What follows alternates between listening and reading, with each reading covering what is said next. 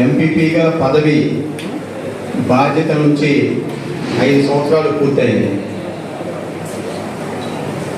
రాజకీయ నాయకుడికి ఇది చివరా కాదు, మొదలా కాదు. కానీ గత 5 సంవత్సరాలని మీరు నన్ను అందరూ కలిసి ఆశీర్వదించి నన్ను ఆ సీట్లో కూర్చోబెట్టే దాంట్లో ఓట్లేసి మీరు, అదేవిధంగా పైన నన్ను ఆశీర్వదించి మన వెంకటవీరయ్య గారు ఆ స్థానానికి ఎంపిక చేయటం, నేను ఎంపీపీగా ఎన్నిక కావటం అంతా ఒక విధంగా చెప్పాలంటే యాదృచ్ఛికంగా జరిగిపోయింది. నేను రాజకీయాల్లో సిపిఎం పార్టీ కుటుంబం నుంచి కొనసాగుతున్న క్రమంలో వెంకటవీరయ్య గారు నన్ను ఆహ్వానించడం 2019లో 19వ తేదీన వెంకటవీరయ్య గారి సమక్షంలో వారితోని నేను రాజకీయ ప్రయాణం చేయటం, ఆ 19 తర్వాత 23వ తేదీన నామినేషన్ వేయటం, వెంటనే మళ్ళీ నేను ఎంపీపీ కావటం అనేది వెంకటవీరయ్య గారు కృషి. వెంకటవీరయ్య గారే ఆ స్థానంలో నన్ను కూర్చోబెట్టడం జరిగింది. నేను గెలిచి 5 ఏళ్లలో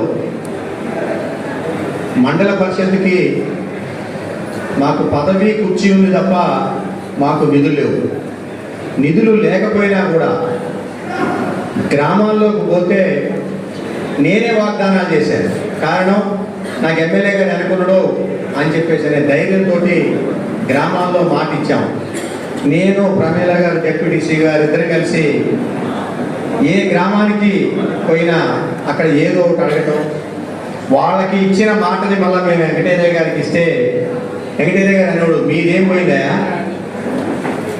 తిప్పలు పడేది నేనే అడిగి ఇచ్చానని చెప్పేసి మా మీద అనేక సార్లు కోప్పడ్డాడు. కోప్పడ్డ ప్రజాక్షేత్రంలో ఏది తప్పవే కాదు. సార్ మీరేగా మమ్మల్ని ఎంపిక చేసింది, మరి మేము ఓడలో పోతే మేమేం చెప్పాలని చెప్తే ఆయన వాటన్నిటినీ మంజూరీ ఇప్పించేవాడు. ఈ రకంగా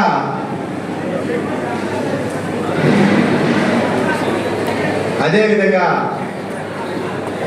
మా అన్న హరిప్రసాద్ అన్న ముదిగొండ వాళ్ళ మదర్ నియోజకవర్గం, ఇంతకుముందు మనం మదర్ నియోజకవర్గం, ఇప్పుడు వాళ్ళు మదర్ నియోజకవర్గంలోకి వచ్చారు ఖమ్మం నియోజకవర్గం నుంచి. మనం సత్తుపల్లి నియోజకవర్గాన్ని మేము అన్ననే వాళ్ళు అసూయపడేవాళ్ళు. వాస్తవే, మాకు నిధులు లేకపోయినా ఎమ్మెల్యే గారు ఉన్ననే అటువంటి ధైర్యం ప్రతి ఎంపీటీసీకి 10 లక్షల చొప్పులు ఇచ్చి వర్కులు వాళ్ళు ఇష్టమైన చోట చేసుకోమని చెప్పేసి వెంకటవీరయ్య గారు స్వేచ్ఛగా మీరే చేసుకోండి అని చెప్పేసి వారికి ఇవ్వడం జరిగింది. అంతేకాదు వెంకటవీరయ్య గారు ఈ నియోజకవర్గంలోనే కాకుండా ఈ మండలంలో ఈ గ్రామానికి, ఈ గ్రామం నుంచి గోపాలపేట నుంచి నరసింహపేటకి మళ్ళీ బీటీ రోడ్ అంతా ఆగమైతే రెన్యూవల్స్ ఇప్పించారు. అంతేకాదు ఈ ఊరు నుంచి బిల్లుపాడు పోవడానికి కూడా మళ్ళీ రోడ్డు డ్యామేజ్ అయితే దానికి కూడా బీటీ రోడ్ ఇచ్చారు. దగ్గులు శ్రీనివాసరెడ్డి గారు తల్లాడ, అక్కడ మా రెడ్డి సోదరులు అందరూ అసలు అక్కడ వాళ్ళందరికీ తల్లాడట్టు అన్నాగూడ కేతిరేణి థియేటర్ రోడ్లో పొలాలు ఉన్నాయి. ఇటు అన్నాగూడ రైతులకి కొంతమందికి మా కాలవతులు ఎక్కువ ఆ రోడ్లో పొలాలు ఉంటే అందరూ వెంకటవీరయ్య గారిని పట్టుబడితే ఎన్నికల నోటిఫికేషన్ ఖచ్చితంగా 15 రోజులకు వచ్చి ధనంగా హైదరాబాద్లో కూర్చొని ఆగ మేఘాల మీద దాన్ని శాంక్షన్ చేసుకొచ్చి అది టెండర్ పిలిపించి దగ్గరుండి మరి అలా ఆ రోడ్డు వేయడం జరిగింది.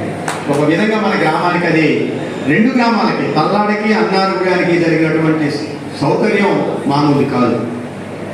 ఇవాళ ఆ ప్రాంతంలో ఉన్న రైతాంగానికి ఒకవైపు పొలాలకు రేటు పెరిగింది, రెండో వైపు పొలాలకి సౌకర్యం పెరిగింది. ఈ గ్రామానికి లింకు రోడ్లు కూడా బ్రహ్మాండంగా వచ్చినాయి. అంతేకాదు మనకి బాలపేట కూడా విపరీతంగా రోడ్డు డ్యామేజ్ అయింది. ఆ రోడ్డు పరిస్థితి అదేమో వైరా నియోజకవర్గం కింద వస్తుంది, ఏర్పూర్ మండలం కింద ఉంది ఆ రోడ్డు. అది ఏం చేయాలో అర్థం కాక వెంకటవీరయ్య గారు ప్రతిసారి పోవటం, వైరా ఎమ్మెల్యే గారిని తీసుకొని పోయి అక్కడ ఆ ప్రతిపాదనలో హైదరాబాద్లో చూడటం, అది కొద్దిగా ఆలస్యమైంది. అయినా వెంటబడి ఆ రోడ్డును కూడా మంజూరీ చేయించారు. ఎన్నికల ముందే అది కూడా ఆ రోడ్డు కూడా పూర్తి చేశారు. అంతేకాదు ఏడున్న వీరమోహన్ రెడ్డి గారు, ఆ ఎదుర్కొన్న మన కోటిరెడ్డి గారు రెడ్డిగూడెం, వాళ్ళిద్దరూ పట్టుబట్టి ఆ గ్రామాలకి ఎంత సార్ 6 కోట్లు, అది 6 కోట్ల రూపాయలతోటి అది బీటీ రోడ్డు కొత్తగా వేయించారు. అంతేకాదు వాళ్ళకి అతి సమీపంలో ఉంటుంది ఆ రోడ్డు. వాళ్ళ ఎన్నో సంవత్సరాల నుంచి వాళ్ళు బాధపడుతున్న రోడ్డు ఆ ఊరంతా కట్టుకొని వచ్చి వెంకటం చేశారు. అనాదిగా పెండింగ్ ఉన్నటువంటి రోడ్లన్నీ పూర్తి చేశారు. ఈ మండలంలో పెండింగ్ ఉన్న రోడ్లుగా బహుశా ఒకటి అలా ఉంటే ఉండొచ్చేమో, కానీ దరిదాపుగా ఈ మండల అభివృద్ధిలో వారి చెంతన మేము ఇటు ఎంపీపీ చేసిన మా అమ్మాయి లక్ష్మీ పద్మావతిని వేది మీది రావాల్సిందిగా కోరుచున్నాం. అమ్మ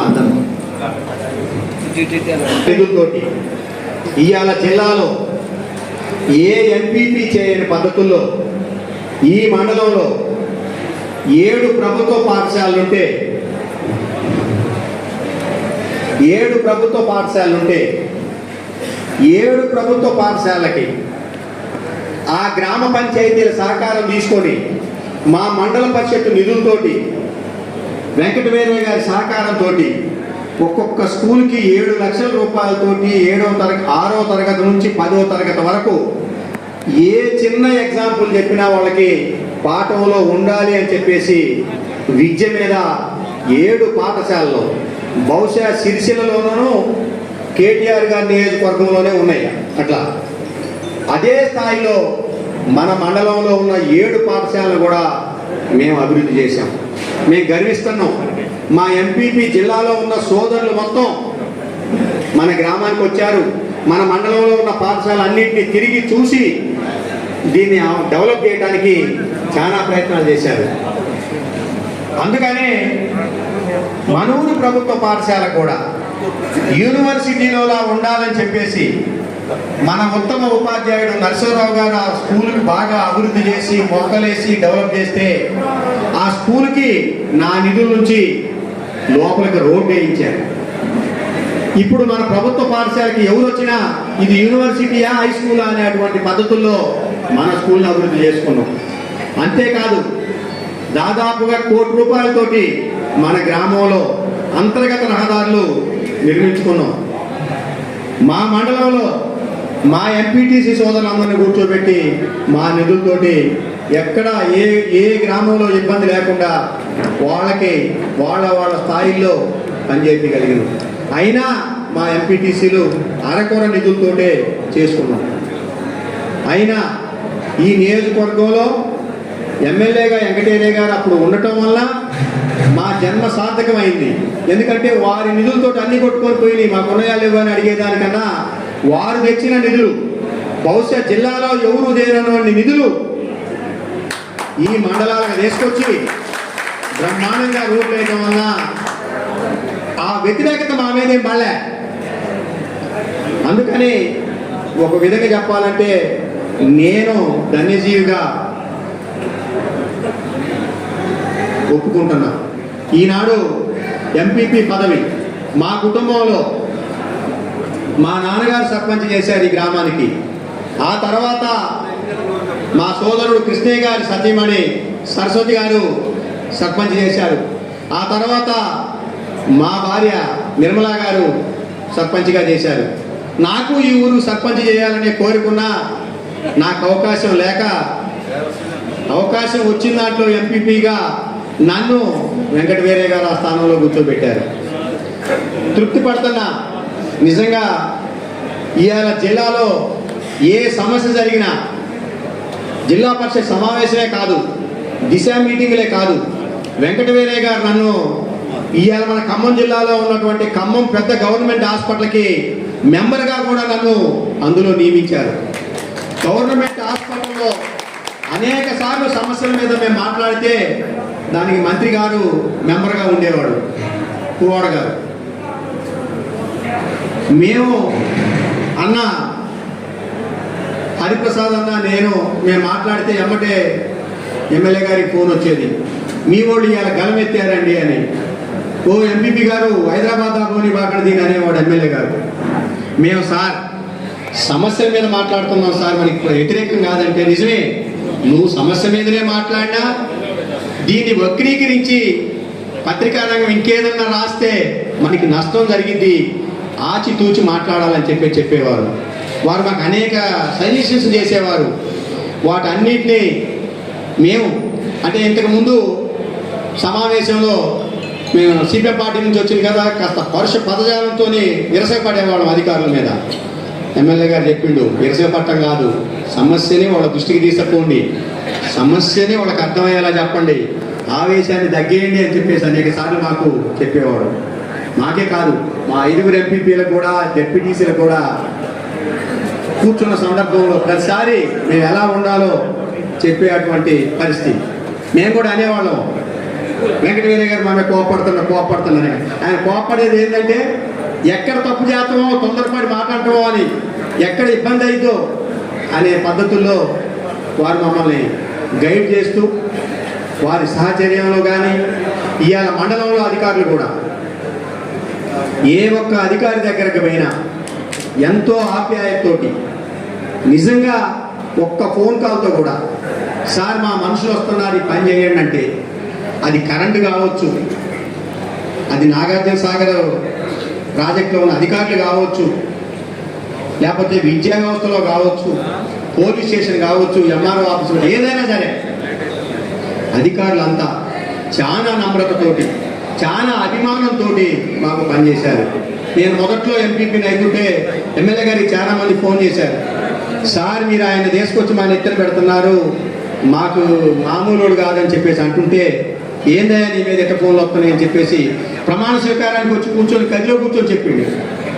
అంటే అప్పటితోట సీనియర్ అనుకొని అంత భయపడేవారు. కానీ నేను చెప్పాను, అధికారులు అందరినీ పిలిచి కూర్చోబెట్టి మీటింగ్ పెట్టి చెప్పాను, సమన్వయంతో కలిసి పనిచేసుకుందాం, మండలాన్ని అభివృద్ధి చేసుకుందాం, అంతే తప్ప వ్యక్తిగత స్వార్థాలు కానీ ఇంకోటి కానీ అనేది ఉండదు, ఆ పరిస్థితి లేదు.